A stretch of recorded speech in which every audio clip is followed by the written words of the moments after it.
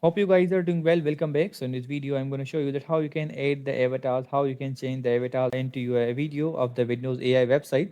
So let's get started. So first of all, what we have to do, simply we need to go to our website, and after going to the website, what we have to do, we have to choose the AI character.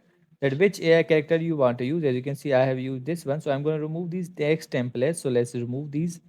And now you have to go to the avatar section, and after going to the avatar section, as you can see, you will be able to see the different types of avatars here, that which avatar you want. If you want a talking photo, you can also get that. If you want a avatar pro, you can also go do that. If you want the avatar light, you can also get that. So as you can see in the avatar light section, you will get the avatars like this. For example, I'm going to click on this, and after clicking on this, as you can see now, this avatar is also added here.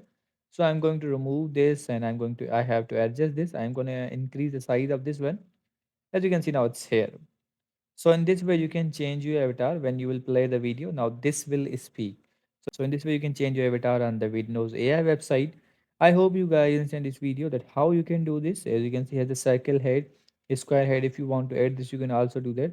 The voice only. If you click on the voice only, you will get the only voice of this avatar. But I'm going to click on this, untick, let's untick it. And as you can see now, the square head, it will work like this. If you want to change the coloring, you can also manage that. As you can see, the colors will be changed, like the borders colors, you can also do that. So in this way, you can manage that half body. The half body will work like this. So in this way, you can change your avatar, and you can control your avatar settings on the Vidnoz AI website.